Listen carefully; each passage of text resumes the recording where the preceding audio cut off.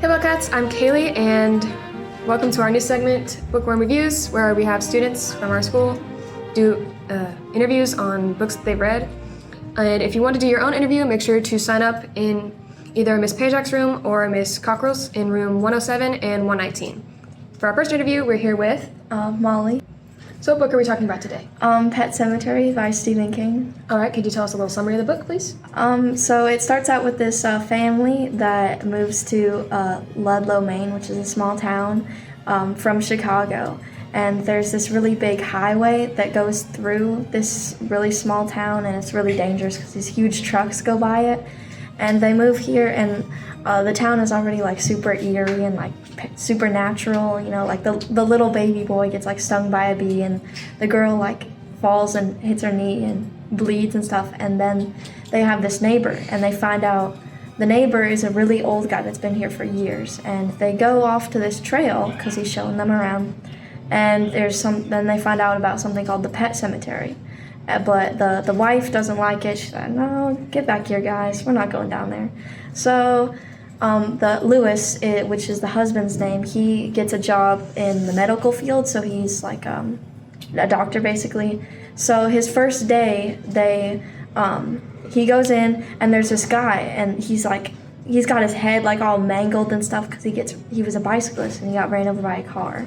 And his name was Victor Pascal, I think.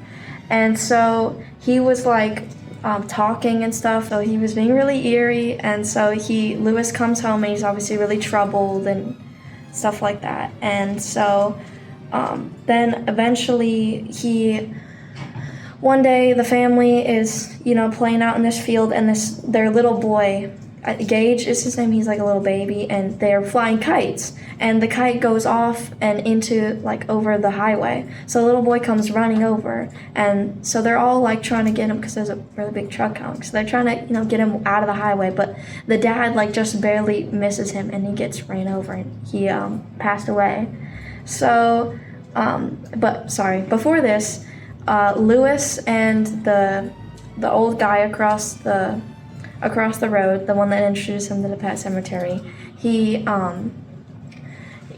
they've been getting close. They drink on their back porch a lot, but his wife is really old and she has some sort of illness, and so Judd, which is the guy's name, he talks to Lewis and tries to get him to help her, Norma, and so they eventually grow a bond, and they are talking to each other, and Judd tells Lewis about all the stuff about the Pet Sematary. It was an old Indian burial ground, and it's very haunted, and people bury things that have died up there, and then they'll come back to life, but they don't come back as like who they were originally were, like they're evil in some sort of way. So obviously Rachel, which is the wife, she's very beat up about, that the boy died. So Rachel and the daughter are off in Chicago to visit their grandparents over Christmas.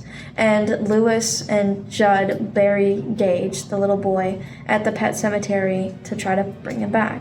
So he is brought back, and he's not the same anymore, and eventually he's like trying to murder the family or whatever. And it kind of sounds corny, but yeah. And then at the end, I don't remember specifically how his wife died.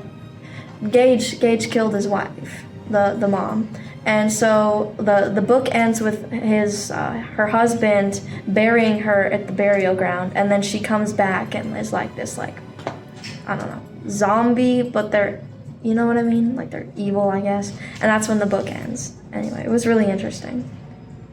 Okay, so what did you like about the book?